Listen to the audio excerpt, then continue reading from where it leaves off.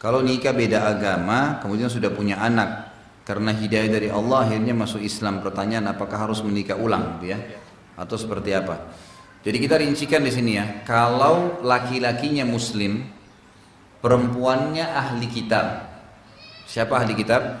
Yahudi atau Nasraniyah. Kalau perempuannya ahli kitab Yahudi atau Nasrani, laki-lakinya Muslim, pernikahannya sah. Pernikahannya sah. Sesuai dengan surah Al-Ma'idah ayat 5. Allah SWT mengatakan, A'udzubillahi minasyaitonirrajim. Dikatakan, Al-yawma uhilla lakumut thayyibat wa ta'amul ladzina utul kitaba halal lakum wa ta'amukum halal lahum. Hari ini saya halalkan semua kebaikan untuk kalian, kata Allah, dan makanan kalian halal bagi ahli kitab, makanan mereka juga halal buat kalian. Maksudnya makanan yang dihalalkan dalam agama kita. Kemudian Allah SWT mengatakan, dan juga wanita-wanita mukminah, ya, dan wanita-wanita dari ahli kitab Yahudi dan Nasrani, kalau kalian memberikan hak-hak mereka. Jadi ayat ini menjelaskan bolehnya menikah dengan wanita ahli kitab saja.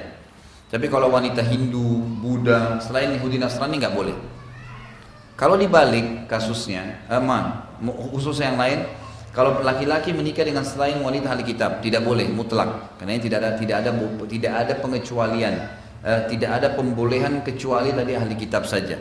Kalau dibalik kasusnya, wanitanya yang muslimah, laki-lakinya yang kafirah, mau ahli kitab atau bukan tidak dianggap sah. Diambil daripada kisah anak Nabi SAW, Zainab binti Muhammad SAW, ya. Zainab ini menikah dengan seorang laki-laki namanya Abil As. Abul As ini orang musyrik, menyembah berhala, menikah dengan Zainab sebelum dinobatkan Nabi Muhammad SAW jadi Nabi. Waktu Nabi SAW dinobatkan jadi Nabi, Zainab lalu beriman kepada ayahnya, Nabi Muhammad SAW.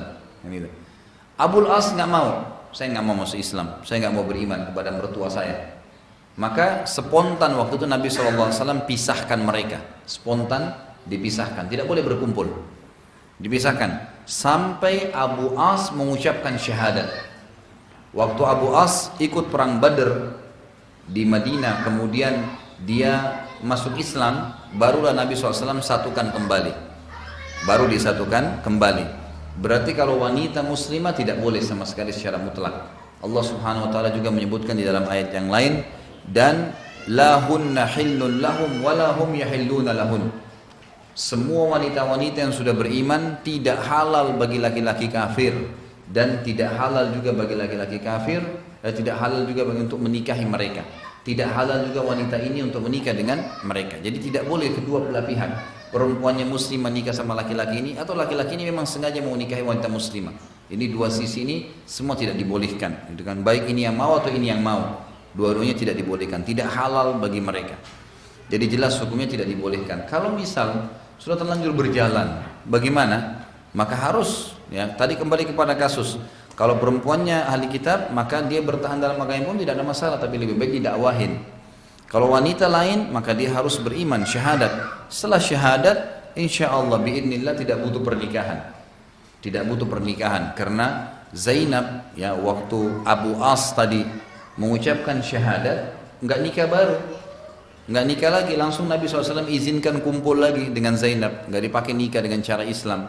Sama halnya kalau ada Yahudi, Nasrani misalnya, laki-laki perempuan, mereka nikah dengan cara Kristen dulu, kemudian mereka sekarang hari ini syahadat, apakah mereka harus nikah lagi? Enggak, udah dianggap sah suami istri, nggak ada masalah dalam Islam, karena syahadatnya sudah memindahkan secara otomatis pernikahan tadi. Allahu a'lam.